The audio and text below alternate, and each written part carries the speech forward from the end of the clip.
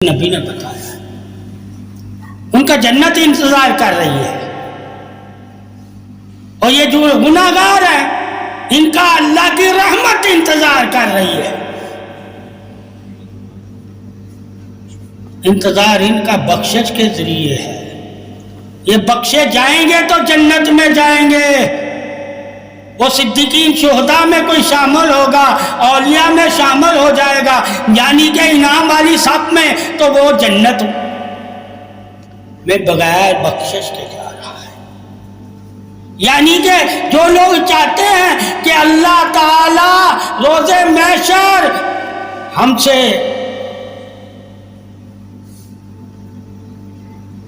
گناہوں کے بارے میں نہ پوچھے تو وہ ان میں شامل ہو جائے۔ کن میں؟ سنی شیعہ میں نہیں اللہ نے کہا شامل ہونا، کیا نا دیوبندی والے حدیثوں میں نہیں شامل ہونا، ٹھیک ہے، کسی مسلک والے میں نہیں شامل ہونا۔ کن میں شامل ہونا ہے؟ صادقین میں، شہداء میں، اولیاء میں، عارفین میں، ذاکرین میں، روزے دار میں، شبے دار میں، صدقہ دینے والے میں، اللہ کے راستے میں جہاد کرنے والے، ٹھیک ہے، ان میں شامل ہونا ہے۔ نام اللہ نے قرآن میں ان کے لکھ دیے کیا کہ تم لوگ جو کہتے ہو کہ ہم بغیر حساب جائیں گے، جنت ہمارا انتظار کر رہی ہے، تو قرآن میں پڑھو اللہ نے کن کے بارے میں کہا ہے کہ یہ لوگ جائیں گے بغیر حساب، کیونکہ اللہ نے انہیں دنیا ہی میں ہی انعام والے درجے عطا فرما دیے۔ انعام والے درجے یہ ہیں کہ سچا ہو، پرہیزگار ہو جانا، متقی ہو جانا، روزے دار ہو جانا، شبے دار ہو جانا، ذاکر ہو جانا، صابر ہو جانا، عالم ہو جانا، باعمل، ٹھیک ہے، پرہیزگار ہو جانا، ٹھیک ہے، اور صدقہ خیرات کرنے والا ہو جانا۔ جب قرآن میں بتا دیا گیا کہ یہ مرد جو روزہ رکھتا ہے اور جو عورت روزہ رکھتی ہے یہ جنتی، ٹھیک ہے، جو مرد رات کو جاگتا ہے اور عورت اللہ کی عبادت کرتی ہے، یہ مرد اور عورت دونوں کا ذکر کیا گیا اس آیتوں میں، ایک کا بھی نہیں ذکر کیا گیا کہ کوئی مرد ہی کہے کہ میں ہی بغیر حساب جاؤں گا، ساتھ عورت کا بھی ذکر کہا۔ ان کا کون سی جنت انتظار کر رہی ہے، ٹھیک ہے، اور وہ لوگ جنتی ہیں، دنیا میں ان کا نام نہیں لیا، ٹھیک ہے، ان کا نام نہیں لیا، نام لے کر نبی نے صرف 10 صحابہ کا ذکر کیا، اور قرآن نے جتنے بھی نبی کے امتیوں میں جو صابر ہوگا، شاکر ہوگا، ذاکر ہوگا، شبے دار ہوگا، روزے دار ہوگا، ان کا ذکر نام سے نہیں کیا، اپنی عبادت سے کیا۔ ان کے بارے میں لکھا گیا قرآن میں کہ یہ جنت کے حقدار ہیں، کیا ہیں؟ حقدار ہیں، ٹھیک ہے، کسی سنی کے بارے میں نہیں کہا گیا کہ یہ جنت کا حقدار ہے، کسی شیعہ کے بارے میں نہیں کہا گیا یہ جنت کا حقدار ہے، اور اللہ انہیں اجر عظیم عطا فرمائے گا، یعنی کہ جنت عطا کرے گا، وہ سب سے بڑے اجر کے مالک ہوں گے۔ اب یہ لوگ ہمیں نہیں بتاتے کہ ان میں شامل ہونا، سچا ہو جانا، پرہیزگار ہو جانا، روزے دار ہو جانا، شبے دار ہو جانا، نیک و صالح ہو جانا، یہی تمہارے لیے بخشش ہے، انعام والی۔ باقی جو رحمت والی بخشش ہے ان پہ انعام والی بخشش ہے، رحمت والی، انہوں نے اللہ کی رحمت سے دنیا میں ہی وہ مقام پا لیا جس سے اللہ خوش ہوتا ہے، یعنی کہ یہ لوگ اللہ کو خوش کرتے ہیں اور اللہ ان سے خوش ہوتا ہے، ایسے ان کے عمل ہوتے ہیں کہ اللہ ان کے عملوں سے راضی ہو جاتا ہے، ٹھیک ہے، دنیا میں ایسے ہوتے ہیں۔ ٹھیک ہے، اور مرنے کے بعد اللہ کہتا ہے ان کے لیے جنت ہے۔ دنیا میں کیا کہہ رہا ہے؟ یہ صادق ہے، یہ عارف ہے، یہ روزے دار ہے، یہ شب دار ہے، یہ آنسو گرانے والے ہیں، یہ پاک ہے، یہ عبادت گزار ہے، یہ توکل والے ہیں، یہ صبر والے ہیں، یہ سلامتی والے ہیں۔ ٹھیک ہے، یہ کہہ رہا ہے۔ وہاں کوئی ذکر نہیں کسی مسلک کا قرآن میں کہ تم کہیں اپنے مسلک میں فخر نہ کرو۔ فخر کرنا تو اللہ رسول کے فرمانوں پہ کرو، اپنا کر، اس پہ عمل کر، تو پھر تم اللہ کے فخر والے بندے بن جاؤ گے، جن کے بارے میں اللہ فرشتوں میں عظمت تعریف حق بیان کرتا ہے اور کہتا دیکھ لو یہ ہے میرے بندے جن کے لیے میں نے یہ سب کچھ بنایا۔ ان میں شامل ہونا جن کی بات اللہ فرشتوں میں کرتا، تعریف کے ساتھ، وہ صبر کرنے والے ہیں، وہ ذکر کرنے والے ہیں، وہ کوئی طلب نہیں رکھنے والے ہوتے۔ وہاں دنیا کی طلب کا کوئی ذکر ہی نہیں لکھا، طلب نہیں ہوگی ان کو، میں دوں نہ دوں میرے ذکر کرتے رہتے، وہ صبر کرتے رہتے ہیں، وہ میری تعریف کرتے رہتے ہیں، وہ میری رضا پہ راضی رہتے ہیں، وہ میرے اصل بندے ہیں۔ ٹھیک ہے، تو اصل بندوں کو جب اللہ تعالی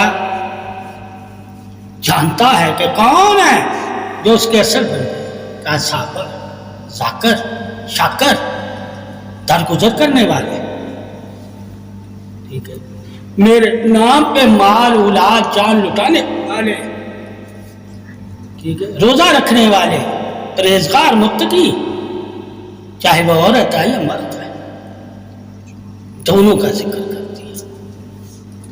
ٹھیک ہے، کہا یہ لوگ ہیں جنتی۔ کیا ہے؟ جنتی۔ اب جنتی تو آپ صلی اللہ علیہ وسلم نے فرمایا میری ساری امت جنتی ہے، مگر یہ بخشش کے بعد جنتی ہے۔ ٹھیک ہے، اللہ نے قرآن میں ہی جنتی کہہ رہا ہے، یہ نہیں کہہ رہا ان کو میں بخشوں گا، کہا انہوں نے مجھے راضی کر لیا۔ ٹھیک ہے، اور جنت ان کی انتظار کرتی ہے، اور جنت انہیں چاہتی ہے، وہی جنت۔ ٹھیک ہے، اب ہم بخشش، گناہگار بخشش چاہتا ہے، کیا چاہتا ہے؟ اور بخشش کے بارے میں اللہ نے کیا کہا؟ ایک ہے نبی اکرم صلی اللہ علیہ وسلم کی شفاعت سے بخشش، کیا ہے؟ ایک ہے اویس کرنی کی دعا سے بخشش، ایک ہے اللہ والے کی خدمت سے بخشش، ایک ہے ماں باپ کی وجہ سے بخشش، ایک ہے رتی برابر بھی اگر تو نے نیکی کی ہوگی تو اللہ تعالیٰ جہنم سے نکال کے تمہیں جنت عطا فرمائے گا۔ یہ جہنم سے نکال کے بخشش ہو۔ اب جہنم میں تو کتنا عرصہ رہ رہا ہے اس کا ذکر نہیں کیا، مگر بخشش ہو رہی ہے۔ ایک ہے ساتھ والی بخشش، کیا کہ تو صحابہ اکرام جو بخشے گئے ہیں ان کے ساتھ تو جنت میں جائے گا، یہ بھی بخشش ہے۔ ٹھیک ہے، یہ بھی بخشش ہے۔ اور پھر کون سی بخشش ہے تمہارے لیے؟ محبت میں اگر تو نے زندگی میں ایک بار بھی درود پڑھا ہوگا تو تجھے بخشش مل جائے گی۔ یہ بھی بخشش ہے۔ کیا ہے؟ قیامت والے دن تمہیں زیادہ بخششیں نظر آئیں گی، اور چند لوگ تجھے جنت میں بغیر حساب جاتے نظر آئیں گے، باقی سب کو بخشش ملے گی۔ ٹھیک ہے، اس لیے کوئی فخر نہیں کر سکتا، اس لیے کہا عاجزی رکھنا، فخر نہ کرنا، پتہ نہیں تو انعام والوں میں ہے یا بخشش والوں میں، تجھے نہیں پتا کہ تو بغیر حساب والوں میں ہے یا حساب کے بعد جنت میں جائے گا. پھر اللہ کہتا ہے ایک بخشش اور ہے کلمے کی وجہ سے، کہ زندگی میں اس شخص نے صرف کلمہ ہی پڑھا ہوگا، اس کے نام اعمال میں کوئی نیکی نہیں ہوگی. اللہ کہتا ہے اس کے 70,000 بھی گناہوں کے دفتر بھرے ہوں گے تو میں کلمے کی وجہ سے اسے معاف کر دوں گا. یہ بھی بخشش ہے. کیا ہے؟ کتنی ایک ہے فاطمہ زہرا کی وجہ سے بخشش. ٹھیک ہے کہ جب آپ صلی اللہ علیہ وسلم اپنی ساری امت کو جنت میں لے جائیں گے، کس کو؟ ساری امت.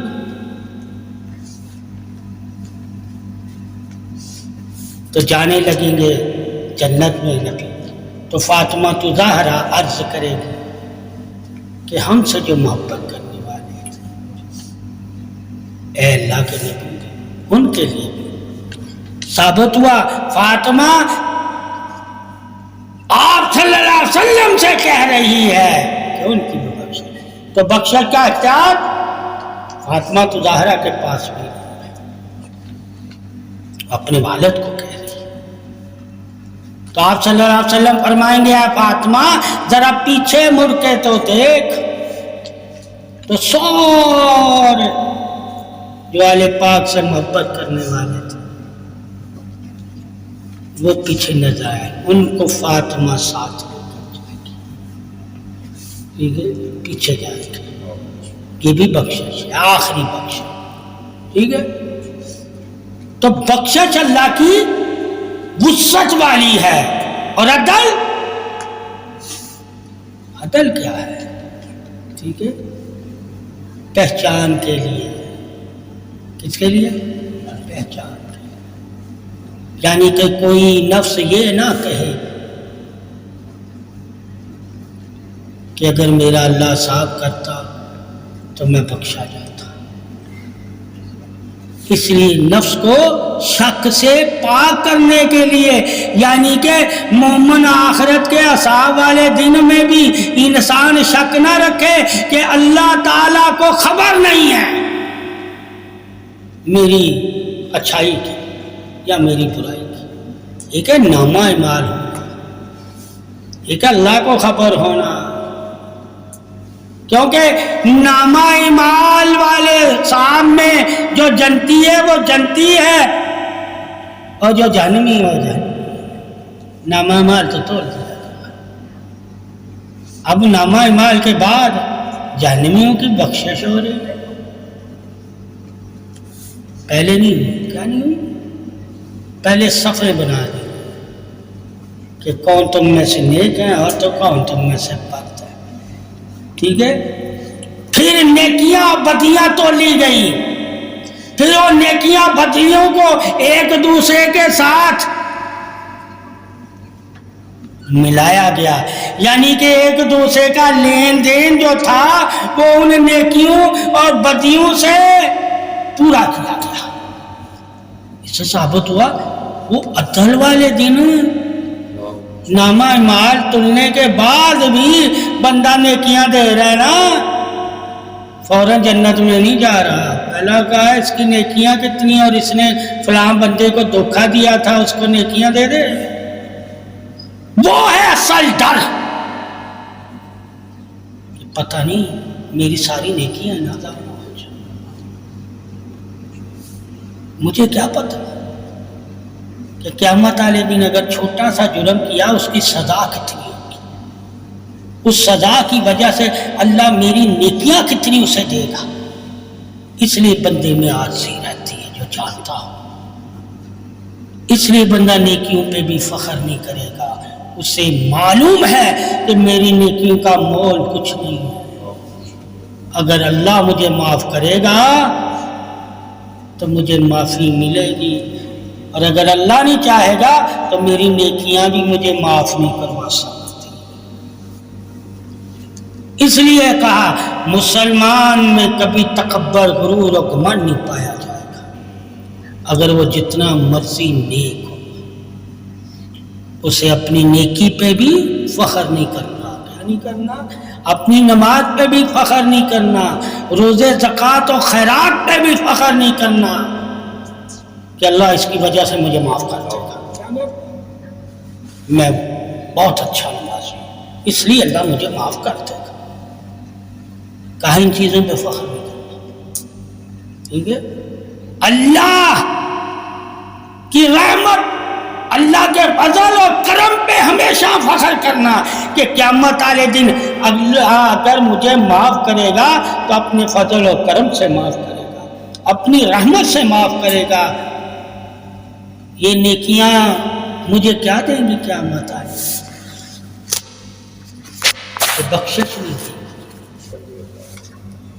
ٹھیک ہے؟ یہ بخشش نہیں دے گی، یہ بخشش والوں میں شامل کریں گی۔ اب شامل ہونے کے بعد اللہ مجھے انعام والوں یعنی بخشش والوں میں شامل تو کر رہا ہے، کیا بخشش والوں جیسی جنت بھی دے رہا ہے؟ شامل ہونے پہ بھی فخر نہیں کرنا۔ ہو سکتا ہے شامل ہونے کے بعد بھی تیری نیکیاں ان انعام والوں کا درجہ نہ رکھیں، ضعیف ہو جیسے تم حدیثوں کو ضعیف کہہ دیتے۔ کس بنا پر؟ اس کا راوی صحیح نہیں۔ نیکیاں کیسے ضعیف ہوں گی؟ ٹھیک ہے، اس کی نیت صحیح، اس کی نیت صحیح نہیں تھی، اس کا گمان صحیح نہیں تھا، اس کی لگن اور محبت صحیح نہیں تھا۔ نیکی تو تھی، اس نے نیکی کو تو صحیح ادا کیا، مگر اس کا یقین صحیح نہیں تھا، اس کا توکل صحیح نہیں تھا، اس کا بھروسہ صحیح نہیں تھا۔ یہ تو دیکھ کے نیکی کر رہا تھا، یہ تو دیکھ کے نیکی کر رہا تھا، لوگوں کو دیکھ کے کہ لوگ کر رہے تھے، ٹھیک ہے؟ اس نے میرا گمان نہیں بنایا تھا کہ لوگ میری محبت میں کر رہے ہیں، اس کے اندر محبت نہیں تھی، لوگوں کو دیکھ کے کرنے لگے، ٹھیک ہے؟ تو ایسی نیکی کا بھی انسان کو علم ہونا چاہیے کہ میں نے دوسروں کو دیکھ کے کی ہے، کیا میری محبت بھی ہے اللہ اور رسول سے؟ اگر اس نیکی میں اللہ رسول کی محبت نہیں ہے میرے دل میں تو یہ نیکی مجھے آخرت میں ناپا نہیں دے گی۔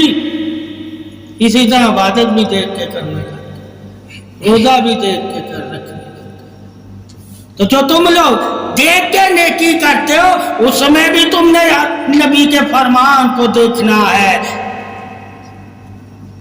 یعنی کہ اللہ کے نبی نے فرمایا میری اور میری آل کی محبت، میری اور میری آل کی محبت، اگر تمہارے دلوں میں میری اور میری آل کی محبت نہیں ہے تو وہ نیکی نہیں ہے، چاہے نیک لوگوں کے ساتھ مل کے ہی کیوں نہ کی ہو۔ نیک لوگوں کے ساتھ مل کے یعنی کہ مومنوں کے ساتھ ہو کر تو نے نیکی کی، وہ نیکی بھی میں قبول نہیں کروں گا جب تک تیرے دل میں محبت ہو۔ تو اس سے ثابت ہے کبھی بھی کوئی نیکی کرتے ہو تو صرف اللہ اور رسول اور آل پاک کی محبت کے لیے کیا کرو، محبت کے بغیر نیکی نہ کرنا۔ اللہ کو وہ نیکی پسند ہی نہیں ہے جو اللہ رسول اور اہل بیت کی محبت کے بغیر کی جاتی ہے، ٹھیک ہے؟ اس لیے پھر سنی کیا کرتے ہیں، ان کا نام لے کے نیکی کرتے ہیں، کیا نام لے کر، ٹھیک ہے، تاکہ لوگ جان جائیں کہ ہم آل محمد سے محبت کرتے ہیں، اس لیے ان کا نام لیتے ہیں، ٹھیک ہے؟ اب نام کو ان کا نام لینے سے نیکی کر کر تم کہو کہ یہ تو لنگر کر رہے ہو ان کے نام کا، تو یہ تو حرام ہو گیا، تو حرام ہو گیا۔ اللہ کہہ رہا ہے ان کے بغیر تو میں تمہارا صدقہ بھی نہیں قبول کرتا، تمہاری نیکی نماز روزہ زکوٰۃ بھی قبول نہیں کرتا، تمہاری عبادت بھی نہیں قبول کرتا۔ اگر تمہارے دل میں محمد صلی اللہ علیہ وسلم کی اور محمد صلی اللہ علیہ وسلم کی اولاد کی محبت نہیں ہے تو میں تمہارے تو سجدے بھی قبول نہیں کرتا۔ یہ ہم جو اولیاء اللہ کا آل پاک کا نام لیتے ہیں یہ محبتاً لیتے ہیں، حکم نہیں ہے۔ حکم ہے نیکی کرو، کیا کرو؟ یہ حکم دے دیا، صدقہ کرو یہ حکم دے دیا، غریبوں کو کھانا کھلاؤ یہ حکم دے دیا، یتیموں کا سہارا بنو یہ حکم دے دیا، یہ حکم ہے، ٹھیک ہے؟ اور پھر یہ کہتے حکم سے علاوہ کچھ اگر کرو گے تو یہ بدعت ہوگی۔ کیا ہوگی؟ حکم تو سارے مانتے ہیں، حکم ہے اللہ کے نام کے علاوہ کسی کے نام پہ کچھ دینا نہ، حکم ہے اللہ کے نام کے علاوہ کسی کا نام نہ پکارنا، حکم ہے، ٹھیک ہے؟ اب ہمیں اللہ کے حکم کا علم ہوگا تو ہم جانیں گے حکم میں محبت کا کیا تعلق ہے، محبت کے بارے میں بھی بتاؤ کہ حکم تو تم بتا رہے ہو، حکم پورا کر کے بھی نیکی نہیں تو حاصل کر سکتا اگر محبت نہیں ہے۔ کیا نہیں ہے؟ آپ صلی اللہ علیہ وسلم کی اور مولا علی کی اور آل پاک کی، کہا سارے حکم تم مان لے، اور جب محبت کی بات آتی ہے وہ نہ تو مانے تو اللہ تیرے جتنے بھی تو نے اللہ کے حکم مان کر عبادت کی، روزہ رکھا، نیکی کی، اللہ کے نبی نے فرمایا وہ نیکی اللہ کی بارگاہ میں پہنچی نہیں ہے، تیرے ہی